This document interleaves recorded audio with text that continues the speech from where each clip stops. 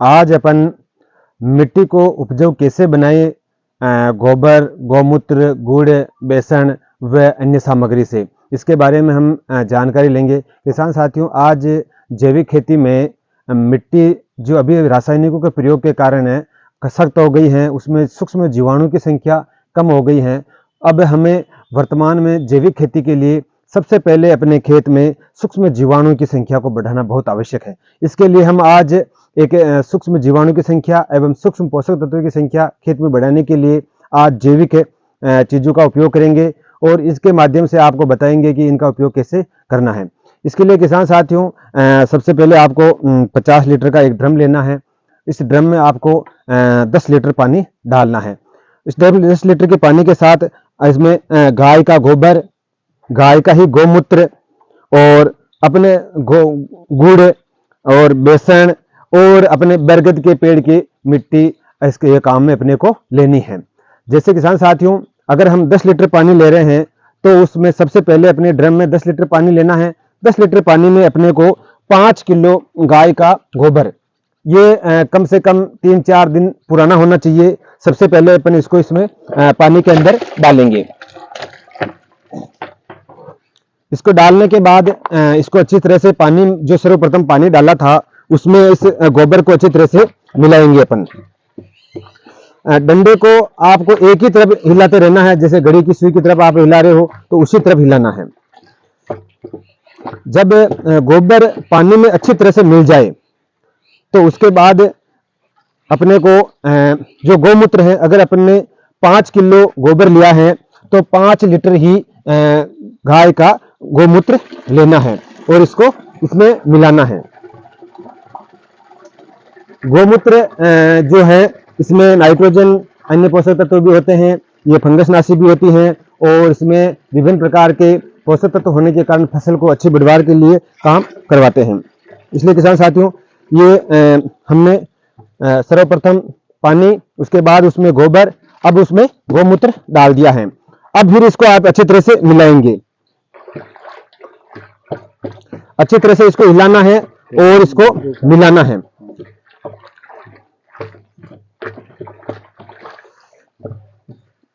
आप हिलाइए किसान। इसके बाद इसमें आपको अगर 5 लीटर गौमूत्र और 5 किलो ही गोबर के साथ आपको आधा किलो गुड़ मिलाना है।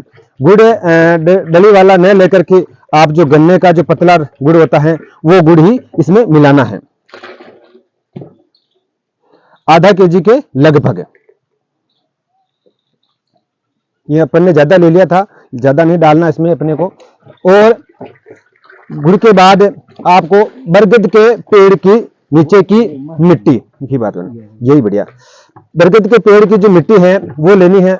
बरगद के पेड़ की मिट्टी ही क्यों लेते हैं किसान साथियों? आप जानते हो कि बरगद के जो पेड़ की जो मिट्टी होती है वो बहुत ही उपजाऊ होती है, उसमें सूक्ष्म जीवाणु की संख्या भी सबसे ज्यादा होती है, क्योंकि बरगद 24 घंटे ऑक्सीजन देता है और ऑक्सीजन देने के कारण जो उसमें जो सूक्ष्म जीव होते हैं वो जीव ऑक्सीजन अधिकता की वजह से उस मिट्टी में नीचे वो रहते हैं।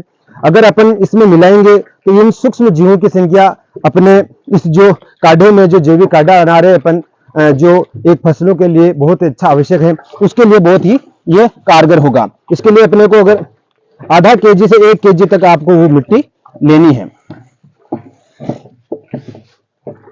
उसको अच्छी तरह से फोड़ करके आपको इसमें मिलाना है। इसके बाद अपने को आधा से 1 केजी किसी भी प्रकार की दाल हो, उस दाल का बेसन लेना है और उसको भी इसमें मिलाना है। दाल आप चने की भी ले सकते हो, उड़द की, मूंग की, उसका बेसन या कोई भी प्रकार का आपके पास बेसन हो, वो आधा केजी के लगभग मिलाना है। इसको मिलाने के बाद किसान साथियों अच्छी तरह से इसको मिक्स करना है पानी के अंदर। गोबर, गौमूत्र, गुड़, बेसन, मिट्टी अच्छी तरह से इसमें मिल जाने चाहिए। ये जब काढ़ा कम से कम 15 दिन तक आपको इसके ऊपर कपड़ा ढक के रखना है और छायादार स्थान में इस प्रकार हो जहां धूप ना आती हो, उसी जगह रखना है। 15वें दिन इसमें जैसे आपने अगर 5 किलो गोबर और 5 किलो गौमूत्र लिया है तो उसमें 10 गुना पानी डालना है। मतलब 50 लीटर इसमें पानी और डालना है। ये अपने 1 बीघे के लिए रामबाण औषधि हो जाएगी अपने खेत में सूक्ष्म जीवाणु की संख्या बढ़ाने के लिए और उसमें पोषक तत्व की वृद्धि करने के लिए। इसका उपयोग किसान साथियों अपन आज इसका मुंह अपने को कपड़े से ढकना है, किसी भी टाइट चीज ऐसी जगह से नहीं ढकना है जिससे इसे हवा क्रॉस न हो। हवा क्रॉस होने वाली चीज से ही इसमें कपड़े से इसको मुंह को ढकना है। इसका उपयोग किसान साथियों आप खेत में करोगे तो आपके जो जैविक खेत वाली जो है या दूसरा कोई खेत है उस खेत में आपको फसल में डालोगे तो सूक्ष्म पोषक तत्वों की संख्या बढ़ेगी। इसके अलावा सूक्ष्म जीवाणु की संख्या बढ़ेगी, क्योंकि जो बरगद के पेड़ की मिट्टी ली है और इसको कम से कम हम 15 दिन तक सड़ाएंगे तो उसमें माइक्रो न्यूट्रिएंट और सूक्ष्म जीवाणु की संख्या बढ़ जाएगी। जैसे अपन खेत में डालेंगे तो खेत की मिट्टी में वो सूक्ष्म जीवाणु जाएंगे और अपनी मिट्टी के अंदर जो पोषक तत्व उपलब्ध हैं वो अपने पौधे को उपलब्ध होंगे। इन्हीं के माध्यम से जितनी सूक्ष्म जीवों की संख्या अपने खेत में होगी उतनी ही मिट्टी अच्छी होगी, उपजाऊ होगी और पैदावार भी अच्छी होगी और अच्छा काम होगा। यह जैविक काढ़ा हमने कन्हैया लाल मीणा सरदार जी खड़ा निवासी हैं, इनके खेत पर ही बनाया है। ये पिछले 2 साल से जैविक खेती पर काम कर रहे हैं और अच्छा कार्य कर रहे हैं। प्रकार का काढ़ा हमने पिछले 15 दिन पहले भी तैयार किया था, जो आज बनकर तैयार हो गया है।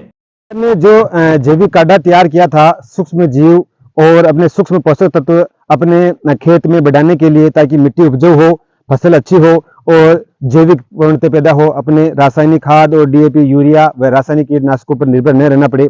हमने जो 15 दिन पहले जो अपने जो जैविक काढ़ा तैयार किया था उसका अपने खेत में किस प्रकार छिड़काव करना है किसान साथियों, ये जिस प्रकार अपना खेत है तो उसमें पर्याप्त नमी होनी चाहिए। नमी होने के बाद आप उसमें खेत में इस प्रकार आप खेत में इसको छिड़काव करोगे।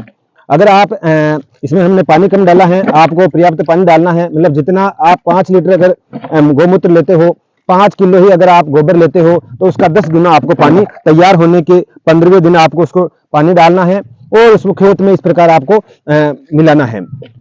इस प्रकार अगर खेत में आप मिलाओगे किसान साथियों तो गोबर, जो गोमूत्र व गुड़ व जो बेसन का उपयोग किया था आपने, उसमें मिट्टी के साथ सूक्ष्म जीव तो पैदा हुए ही, उसके साथ मिट्टी में जब सूक्ष्म जीव जाएंगे तो मिट्टी में थोड़ी नमी बनी हुई होगी, तो मिट्टी में क्या होगा कि वो जीवाणु क्रियाशील होंगे, मिट्टी उपजाऊ होगी और पौधे को पर्याप्त पोषक तत्व उपलब्ध कराएगी।